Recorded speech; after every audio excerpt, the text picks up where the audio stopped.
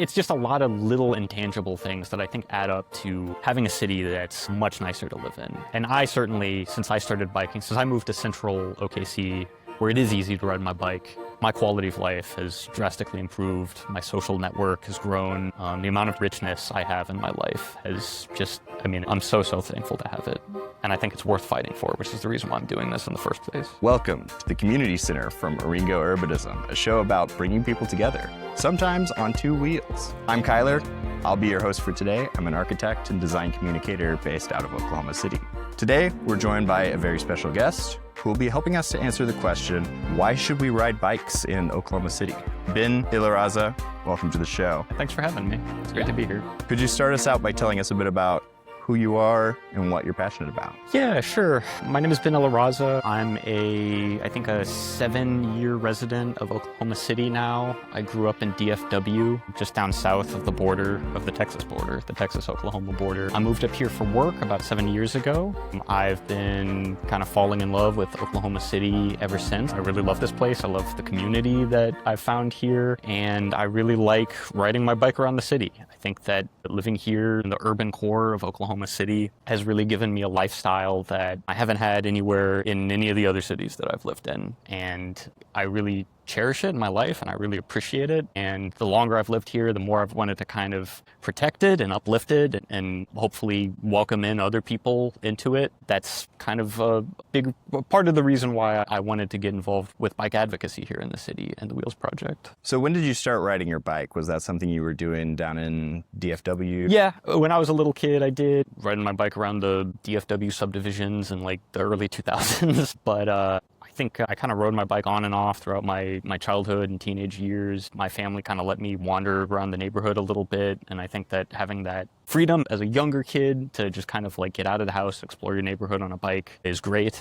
And it's a feeling that I think you could kind of form an emotional attachment with that you come back to even still as an adult. Like I think that you can kind of just get out of your front door and go have an adventure on your bike. Even if it's just like around town, just like riding around, buying a taco or something. Like it feels like more of an adventure than I think you can maybe get anywhere else, I would say, at least. When I moved to college, I didn't have a car. I rode my bike. I went to college in Orlando, Florida, so it's not a great city for biking. But in like the, 6 blocks around my apartment complex and school, I rode my bike to get groceries every week. Obviously, I rode it to class every day. And I really, I wasn't lacking for a car. I never really wanted one. When I moved up here, I think I kind of rediscovered cycling in a way. I hadn't stopped cycling ever, but I really rediscovered it and fell back in love with it. And it became an actual like integral part of my life where it was how I was getting to places. Also, since I moved up here, my car's tag expired. And that was it was like during COVID, and it was like,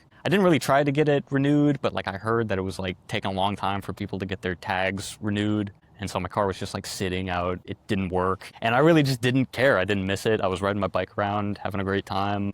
So yeah, I think that's probably a brief little summary of my history biking. I should mention for anybody who's listening to the audio form of the podcast, we're sitting here in the beautiful Mesta Park in Oklahoma City. This is the first face-to-face podcast recording I've done. And this just seemed like a fun place to meet up because this is kind of one of the cycling meetup spots here in OKC.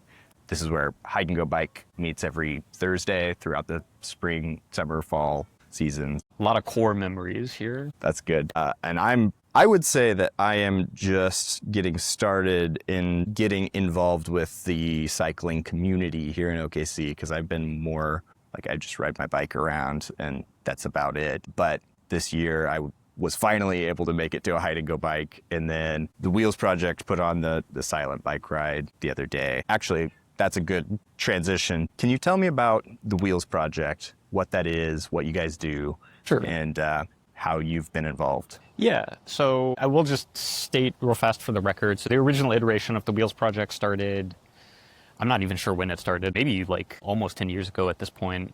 But its original mission, it was purely a mutual aid organization. Its original intent was to fix up bikes or obtain bikes and distribute them to folks who were getting out of homelessness, who were in like reentry programs or employment programs, who were finding housing, finding employment, and they were needing a cheap form of transportation to get them to wherever they needed to go. And we are carrying on that mission. We actually donated our first bike this month, which was May. I don't know what month people will be listening to this, but suitable month to give away a bike, I think. Our first bike in however many years. So I wasn't involved with that original iteration. That started before I even moved to Oklahoma City. But overall, I would say that the goal of the Wheels project is kind of twofold. I think that the first goal is to advocate for cycling as a means of transportation in the city. Or even just, I mean, really, you could just advocate for it recreationally or for sport and have people be allowed to do that safely, right? Have the infrastructure to support people cycling wherever they need to go. And as part of that first goal,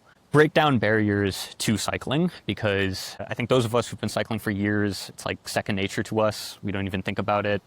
It's like breathing. But there are barriers to get into it that we've kind of forgotten about or that we just aren't really aware of anymore. One of those barriers could be a lack of infrastructure wherever you live in the city, right? I think in central OKC, we've got pretty good infrastructure. It's still developing. But in other places of the city, that might not really be the case, right? So that could be a barrier that's preventing people from riding safely in the city. Another barrier could be a lack of physical ability or a lack of knowledge about bikes. And lack of physical ability kind of goes back into that first of needing infrastructure that's like very low barrier to entry, very accommodating, that no matter what your age or physical ability, you'll be able to use it to get to where you need to go or just enjoy a bike ride. One of the things that we're looking to do is do like beginner mechanics workshops, teaching people how to change tires and, lubricate their chain, change out brake pads, basic stuff that people who have had a bike sitting in their garage for like years and they're like, this thing's like busted. Like, I don't know what I'm going to do with this. Like, a lot of that stuff, you don't need to spend a fortune going to a bike shop or, deal with that hassle. Like that stuff you can fix yourself. And just having those basic skills can be the difference between people choosing to ride or not. So that's kind of the first tranche. The second thing, and I think that this is maybe more aspirational. I don't necessarily know if I'd be able to define how we want to do this in like really concrete terms. I think what's necessary for this city and for any city really that has a community of cyclists who want to be safe and want to advocate for their safety and want to see cycling in their city be as good as it possibly can be, is I think that we need to build a movement around cycling in this city. Among people who cycle, I think we need to kind of like raise their consciousness of both their own needs as well as like the needs of their community as a whole for a diverse group of riders and advocate for those needs in the halls of power. Because I keep saying this, nobody's going to advocate for us. Like, that's something that we as a community need to do for ourselves. Because if we don't, it's just not going to happen.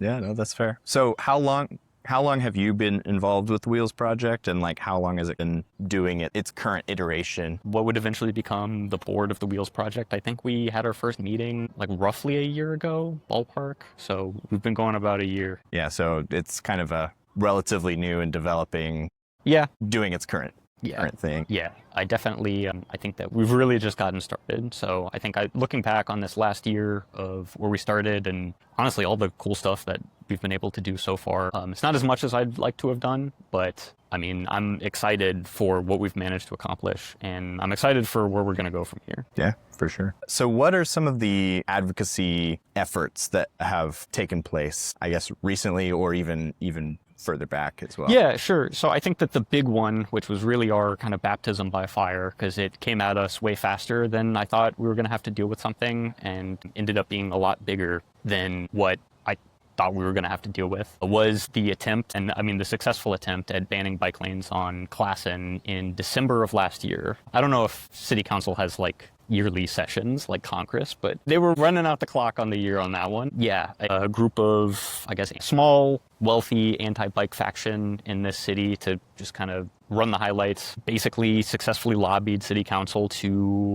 get a bike lane on Classen that had been planned for, I don't know, 6 or 7 years at this point. Those bike lanes were planned in response to a cyclist dying on Classen in 2019, I think, about a quarter mile from where we're sitting right now talking in Mesta Park. Those bike lanes had been partially built. I think the section that got built was between 16th and 10th, I want to say. Those bike lanes, I think they were incomplete. They had some teething issues that I think could have been fixed with that network getting more fleshed out. better connections, better intersection improvements. But either way, it was a tremendous loss to lose those lanes. But I think the upside of that is that just from getting information about that effort very early on, we were able to show up at City Council and really make a case for why those bike lanes shouldn't be canceled, why they needed to be completed, and I think expose the gap between the people who were trying to get these bike lanes canceled and the City Council members who were sympathetic to them, the reasons why they were saying these bike lanes had to go, and the will of the community that lives on Classen and around Classen and the neighborhood surrounding Classen, and our clear wishes and overwhelming desire to finish these lanes and make Classen safer. Yeah, so the bike lanes on Classen, having ridden down those a few times, the ones that are built, it definitely feels incomplete as it is right now. It just kind of dumps you out onto 10th Street with nowhere to go. Sure. So the other person that I've talked to this specific issue about on the podcast is Kamal Pennington, who's the city councilor from, I believe, Ward 7. He was quick to point out that what they've done is specifically made it to where you cannot remove a car lane to add a bike lane, which is interesting wording. I asked him if we could just remove the car lanes because there's too many car lanes. Sure. And then add a lane later. But yeah, it seems like that was really pushed through city council really fast without a typical I think process. so City Council meets every 2 weeks. I think the meeting where they passed the ban was the 25th, which is great timing for public engagement. Christmas Day. Yeah, no, and it wasn't. It was the day after Christmas. It wasn't. It wasn't Christmas Day. 26th. The 26th. Yeah. Wait, what day is Christmas? The 24th. Christmas the 25th. Okay. Yeah, but yeah, I mean, it was like the last week of December. So I guess the first meeting where this like astroturfed effort of these concerned citizens who'd already met with a couple city council members before that and talked about this. You know, they showed up and I mean, yeah, all of that basically happened within 2 weeks. At least the stuff that was going down in city council, right? Obviously, probably for some period of time before that, there were these folks, this group of like CEOs and business presidents, pretty wealthy, privileged people, for whatever reason, wanted to get this bike lane killed. Yeah, just the urgency with which this went through city council. Yeah, I wish that we had that type of urgency around a lot of things, but I mean, I think that where that urgency was coming from was that the people who were pushing it have a lot of money. You know, there's a lot of people in the Chamber of Commerce, or the Greater Chamber of Commerce, whatever it's called. Obviously, Larry Nichols showed up in person to advocate against these lanes. I don't think that he was spearheading this effort, but I mean, he's probably the most prominent person who showed up. And if you look through the list of people Is he the Devon CEO? Yes. Thank you for adding that. He's the former CEO of Devon Energy, an oil company. Great, wonderful steward of public safety. Yeah, I guess just to put a finer point on that, I think the urgency that we saw to get those bike lanes killed, that was really just a product of how wealthy and how prominent the folks who were lobbying against those lanes. Even though they were in the minority, right? We had a great showing of community members come out and speak in support of those lanes. Also, the Wheels Project. We authored a letter in support of completing that bike lane project on Classen, and we had like almost 50 small businesses on Classen and in the neighborhoods and the communities around Classen that Classen feeds co-sign that letter to finish those bike lanes. So it was really just a matter of the wealth and power and affluence that we were bumping up against. Another thing that Kamal was very careful to point out to me is that the plan moving forward now is apparently to go through a whole process of studying different options and intersection designs. But what I didn't realize when I had that conversation with him is that that whole bike lane all the way down to Main Street was already funded and they were ready to build it. So we had, and I think that I'm not the best person to speak on this because I'm definitely more of an organizer, if I can even call myself that, but I'm not necessarily a big policy person. But yes, those bike lanes were funded. I think that they were from a federal grant, I want to say, that was being administered by ACOG, which I think that's what they do. I think that they administer grants, I think. I'm not... That sounds right. Yeah. But yeah, and I think it's possible that we might get to keep some of that funding because ACOG's administering those grants. Those grants are earmarked, right?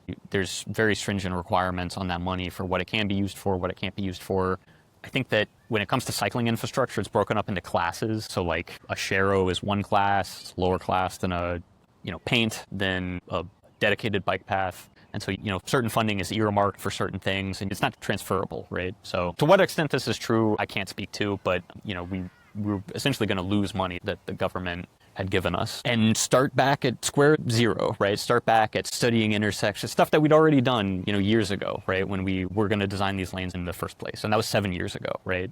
So now moving forward, I know that they have presented a very watered down, very compromised version of this bike infrastructure project on Classen. And, it took 7 years to almost build it and then cancel it. So I don't know. We'll see if we get it maybe in the 2030s, maybe next decade.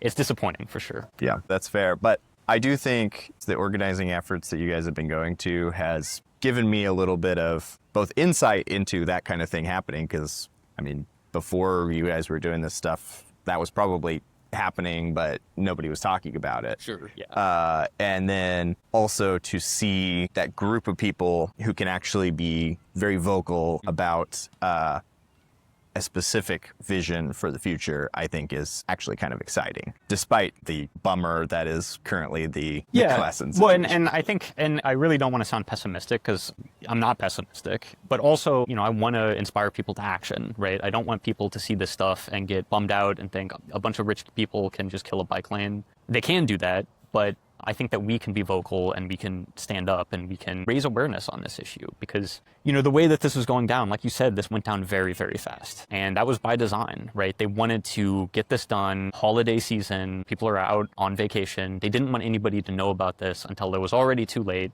And then they could kind of just sweep it under the rug. And what they weren't counting on was that people were going to show up. You're taking away infrastructure that's going to keep people safe in Oklahoma City.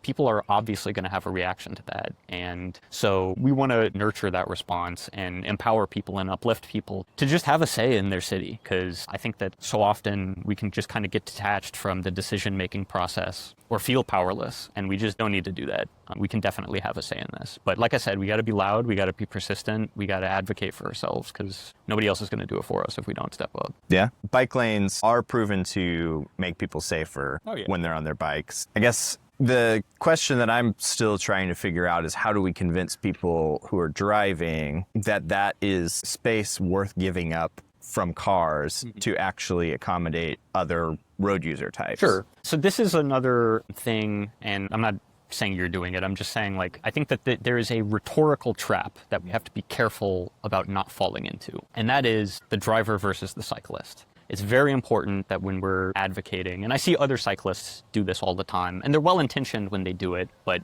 I think it's important that I mention this.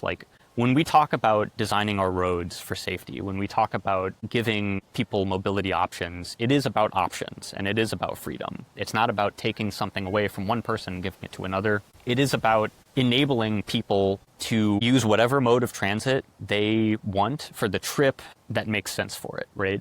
I only ride my bike around Oklahoma City. I don't drive. But most of the people I ride with are drivers, right? They drive cars. And a lot of times they just want to pop down to the grocery store and get a gallon of milk or a half gallon of milk. Maybe you can carry a gallon of milk on a bike. It's a little bit harder. They just want to pop down to the grocery store, get, some cereal or whatever they need for that day.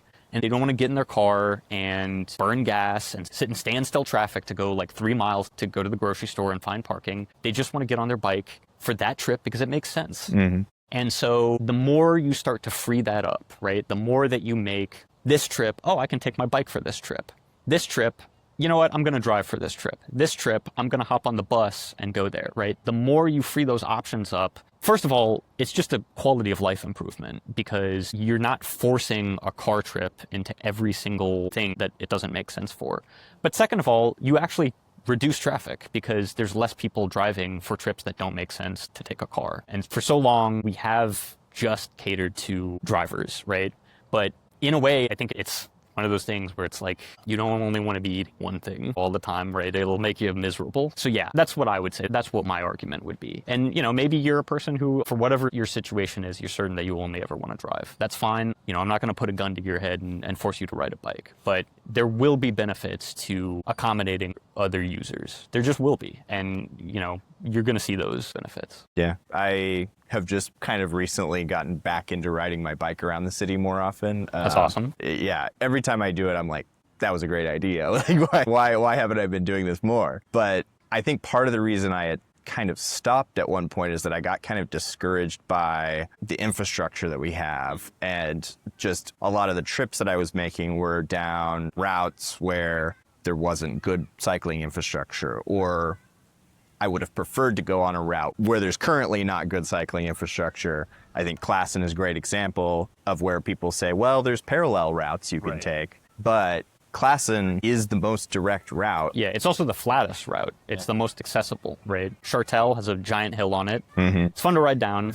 It's really fun to ride down. Not so fun to ride up. Not so fun to ride up. But what's on the other side? Walker? Not Western. Western is on the other side of Klassen. Western also has a hill. It's not as gnarly of a hill as Chartel's, but it... Western's got a lot of debris in the bike lane usually. And that's something that can be fixed. I hope it gets fixed. That's not a deal breaker. Both of those lanes, for those reasons, are not as preferable to Klassen, but it is the connectivity of those lanes that's really the issue, right? Where if I'm trying to get somewhere on Klassen, if I'm trying to go down to Stonecloud, who signed our letter in support of bike lanes on Klassen, by the way. I just want to shout out Stonecloud. If I'm trying to get to Stonecloud, taking Klassen, that might be the best route for me, right? If I'm trying to get down to West Village, depending on where I'm coming from, getting on Klassen for a few blocks, that might be the best option for me. And if you zoom out to the cycling network as a whole, I get that compromise is necessary in urban planning. A lot of people crammed into a space, a lot of different overlapping needs. I get that. But the more that you compromise little spots on a bike network, the more unusable it gets overall, right? And so this isn't a symbolic thing. If every wire in your house, all the insulation has little nicks in it, right, then at some point you're going to have a problem. At some point your house is going to catch on fire. You want the whole electrical system to be functioning properly. You don't want to say like, well, all these bike lanes are good, but like half of the intersections are really dangerous. And I don't know, maybe even a quarter of the bike lanes are kind of shoddy. And some of them just don't lead anywhere. They just kind of lead off into nowhere and dump you out into like 4 lanes of traffic, right? So all of that stuff has to be working together and working in synchronicity. And we have a plan, right? That's the thing, is that we do have this plan for a very functional, high-quality bike network. Bike Walk OKC, they drafted a master plan designating where we need infrastructure with the most protectivity. And, bike lane on Klassen is a keystone of that plan. And by smashing that, you're sabotaging the whole network. Mm-hmm. Yeah. One thing that I have learned is that depending on where you are going, it is almost always advantageous to kind of cut through a neighborhood or just like find that nicer route, even if it is little ways out of the way. But it's also one of those things where if you have to go a quarter mile out of your way, both directions, that's a lot of effort on a bike. And the other thing that I'd like to say about that, because that is true, but there's an important little, and I'm sure that you're aware of this as an architect, is that if you go on Google Maps, look at central Oklahoma City, it's just grids, right? And those are great neighborhoods to ride a bike through if you need to make a cut through, right? If you go further out into the periphery, you go from, I don't know, the 40s and 50s to maybe like the 70s and 80s. The neighborhoods start looking kind of funny, right? It's not just grids anymore. It's squiggles and cul-de-sacs and big loops that don't really lead anywhere. And those are because, at that time period, suburbanite was concerned about drivers cutting through their neighborhood, traffic, right, which is dangerous for their kids. And so they started to design neighborhoods that you couldn't just cut through, right? So here in central Oklahoma City, that old design, that old urban planning is still holding up, and it's still providing safe havens to ride bikes through off of arterial roads, even though those arterial roads, I argue, should have cycling infrastructure. And that's, I think, probably what some of the city council members would say, right? Is they would say, just go out of the way, just ride through the neighborhood. Well, that works kind of here where we're sitting in Mesta Park, right? A neighborhood designed in like the very early 1900s. But you get out to some of the neighborhoods that were built in the 70s and 80s, and that argument completely falls apart because you can't cut through the neighborhood. Your option is to ride on an arterial, and that means that you're going to need cycling infrastructure, high-quality cycling infrastructure, separated from traffic, that's going to keep you safe. So, sorry to jump in, but I think that's something that's very important that I think people just need to understand that. Right? Yeah, I could get into a little bit of a design rabbit hole there. Oh yeah, I'm sure. Because I think that whole concept of not letting cars cut through can be very good as long as you allow micromobility, people walking, rolling, etc., to be able to cut through. So that gets into like modal filters, Barcelona super blocks. Have you been on this is not as good as the Barcelona super blocks. The super blocks are awesome. But have you been on the Will Rogers Trail, the one, it goes along the interstate? but it cuts through that neighborhood. No, tell me about it. Yeah, it just it connects to Will Rogers Park. It goes all the way up to the lake from the river trail, but part of it like goes through a neighborhood. Check it out sometime. It's really cool. It's a great commuter trail, but it kind of becomes like a neighborhood trail at one point. So yeah, I like that a lot. For background on me, I grew up in Tulsa, so that's actually where I started riding my bike originally when I was in middle school. And Tulsa has this really great riverfront trail that goes all the way from downtown all the way out into the suburbs. And I would go on these long bike rides with my dad. My middle school brain recognized that there was a difference when you got on that trail and it was this lovely, like fully separated cycle track two-way with a separate walking and running path alongside it. That was a completely different and much better experience than trying to get through the suburbs to that trail. yeah, You mentioned the Bike Walk OKC plan. I think that that's a great example of showing people how those types of trails can connect into a broader city network. yeah. And I think that would be a great podcast to do. You can talk to Sean, one of our board members. He'd be able to talk about the broader network. I think that would be a great topic for conversation for this. Yeah, that's the kind of stuff that I get very excited about. Yeah. So what are some of the community aspects to cycling that you're the most excited about here in OKC? Yeah, I mean, the fact that where we are already, which I don't think that we're really even approaching the capacity for what cycling can be in Oklahoma City. But I think that there are so many different cycling groups in this city, right? I mean, Hide and Go Bike, obviously, that's like kind of the big one. And that is just like a big party, right? I mean, I've met so many people through Hide and Go Bike. I mean, a lot of my friends I've met either in Hide and Go Bike or in like one of the little groups that spins off of it. I mean, no matter what your speed of cycling is in the city, there's a group for you, right? And you just kind of got to dip your toes in and see what you like, see how fast you like to go, see how slow you like to go, see how much coffee you want to drink on a ride or, booze, and find a ride.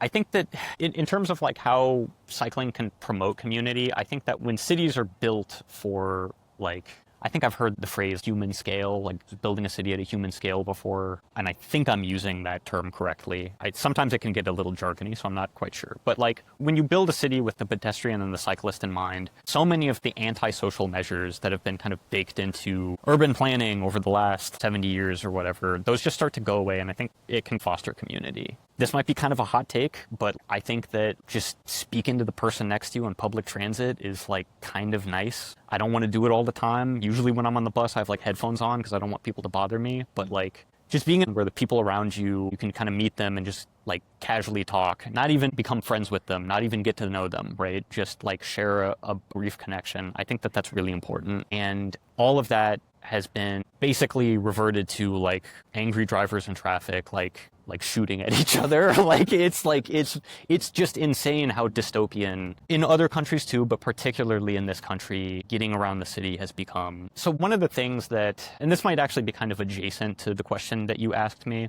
but do you ever listen to the Majority Report? They had somebody on. They wrote this book about like the history of policing in America, and basically most of the legal and jurisdictional powers that police have in the United States today came as a result of cars becoming the main form of transportation, because so many people all of a sudden started dying in collisions and traffic accidents. There's obviously drunk driving, people driving impaired. Back in like the 20s, people were on like opium or whatever driving. Like that classic Coca-Cola recipe. Yeah, exactly. And so that, necessitated police coming into people's lives and being able to search people's person and their property to a degree that never before had been necessary, right? And now, obviously, we're talking about like flock cameras, license plate readers. And like I said, I think that this is kind of ancillary to the question that you asked me about community. But it's just crazy to me that like the more that we commit to car-based infrastructure, not only the more brutal our cities get to live in, the temperature from all of the asphalt, the lack of shade, the lack of walkability, but also all of these other little effects, like needing to have a police state to deal with, to track drivers and prevent people from driving impaired. Obviously, like having a licensing system for cars where if you're under the age of 16, if you don't have a driver's license, you're basically stuck. Or if you age out, right? If you get old, you no longer have the mental or physical capacity to operate a car safely. Time to go to the old folks' home. You're not able to live a full life. You're not able to really fully engage in the community around you. You're just kind of partitioned off. I mean, that just sucks. So that's a lot of the negative effects. I think that riding a bike, pulling up to a stoplight, and there's another cyclist there, like I always say hi. They always say hi to me. You just can't not. And that's not something that happens when you pull up to a red light and there's a car next to you, right? Maybe you rev the engine to street race or something. That's the social interaction you could do. Or you yell at them for cutting you off, 3 blocks ago. So it's just a lot of little intangible things that I think add up to having a city that's much nicer to live in. And I certainly, since I started biking, since I moved to central OKC, where it is easy to ride my bike, my quality of life has drastically improved. My social network has grown. The amount of richness I have in my life has just, I'm so thankful to have it. And I think it's worth fighting for, which is the reason why I'm doing this in the first place. Yeah, that's awesome. One thing you've mentioned a couple of times is public transit.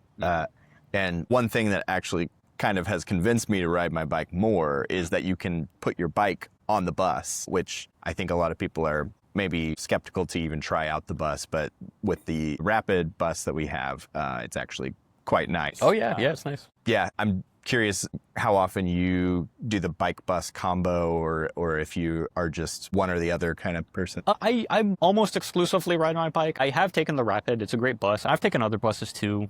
There are places in the city that it's just difficult to get to on a bike. I've taken my bike up on the Rapid up to the lake before to do a ride, and that was great. A lot of times it'll be raining, and I'll just be like, well, there's a Rapid stop maybe like 3 or 4 blocks from my house, maybe like a half a mile walk, which is really easy to do. So if I need to get downtown, I can do that super easily. The streetcar system, I think, has a lot of untapped potential, but I take the Rapid downtown and I'll get on the streetcar to get over to like Broadway or something like that. Nobody can ride their bike all the time. At some point, you're probably going to need to make a connection that you just can't on a bike. So having that network get fleshed out, I'm really excited for, and I hope it comes to fruition. Yeah, and you said the streetcar, and you said getting on when it rains. I've definitely done that. I've been on my bike before, and the streetcar, you can like bring your bike in there and hang it. There's little hooks in there. So I've done that to get out of the rain before. I imagine you've looked through Bike Walk OKC. You've looked through some of the future plans. Yeah. What are some of the things that you're most excited for in the future of OKC's cycling infrastructure? Yeah, I think more south side bike infrastructure, more east side bike infrastructure. I think that those portions of town have definitely gotten some good projects over the last few years. Do you know about the thing about like the Strava dead zones? No. So if you go on Strava, there's a heat map of where people ride their bikes or where people are doing Strava rides. And in like every city, people talk about the Strava dead zone, where it's just blank. And here in Oklahoma City, sure enough, if you look over on the east side, it's blank. Like there's not as much infrastructure as I'd like, or I think that the city deserves. So I definitely think that like central Oklahoma City has been getting a lot of love. And we need it, right? There's not a project that's going to get brought up that I think any of us will say is unnecessary. But I do think that those communities, I think that they just need infrastructure too. And I think that there's kind of a disparity right now. I think that one thing, we don't have to get into this because it's a whole other can of worms, and it's kind of pretty much similar to the Klassen thing. But I think that the Deep Fork Trail getting essentially indefinitely delayed because the Kirkpatrick Foundation bought up the land for it and caused that whole project to get derailed, really, right? I think that was a massive blow to our future cycling network. I think the project's still going to get finished at some point, but it's another thing where it's like, well, it was supposed to be finished back in like 2020, and it's been 6 years, and now it's getting delayed again. Like, they built sections of the Great Wall of China faster than it took this project to get finished, But, once that connection does get finished, and you'll be able to ride the Deep Fork Trail from North Hotel, from Zach Taylor Park out east to the Science Museum and the zoo, it's going to be an amazing connection. One of the future projects that I've seen in the plan, and I think that this one, I wouldn't be surprised if it takes like 20 or 30 years to get it done. I hope it doesn't, but people advocate for it. It might get finished sooner. But there's a plan on that map to extend the Deep Fork Trail basically all the way up to Lake Arcadia, which I think really that's more for like leisure cycling. I don't know if that would be a super amazing commuter route.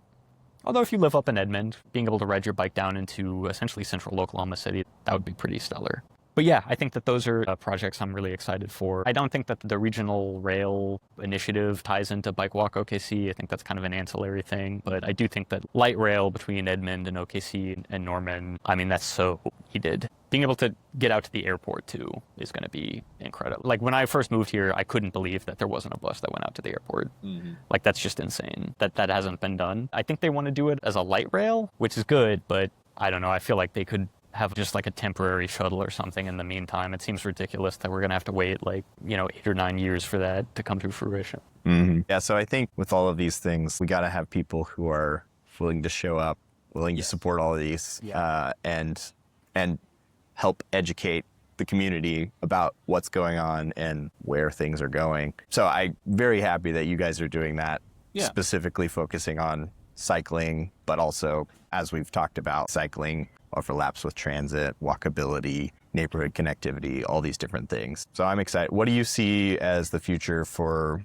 the Wheels Project? Like I said, I think that, our big aspirational goal is to build a movement in the city. I want the average cyclist in the city to be engaged in the political process that has such a big effect on our safety and our mobility. And I think that it's just important that people understand that. So I also think that to kind of plug some of the stuff that we have been doing, we've been doing monthly bike lane cleanups. So every month we'll choose a bike lane around Oklahoma City. I think in the future we'll try to maybe make it a little bit more community driven, have people ask us to clean bike lanes. And those are the second Saturday of every month from 10 to noon. So you come on out, clean a bike lane. We clean like glass and nails and stuff. We clean a ton of debris out of bike lane, as well as just like junk and litter that can make the bike lane just not look good. I think it's a great way to kind of take ownership of the infrastructure that we have in the city and really like celebrate it. And it's a great way to, I think, honestly just show that like this stuff is appreciated and it does make our lives better. Cyclists aren't as visible on the road, obviously because we're smaller, but also just like